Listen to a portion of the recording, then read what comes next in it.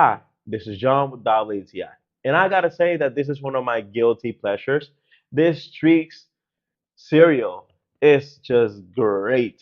So I remember when I was back young and being a kid, I used to call my mom and say, Mom, can you bring some cereal? Most of the time she would tell me no.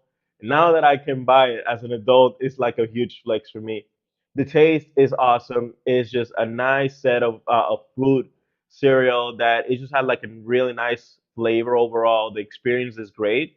And even though this is gonna sound a little bit weird, I even add this to my oatmeal, like to add some flavor.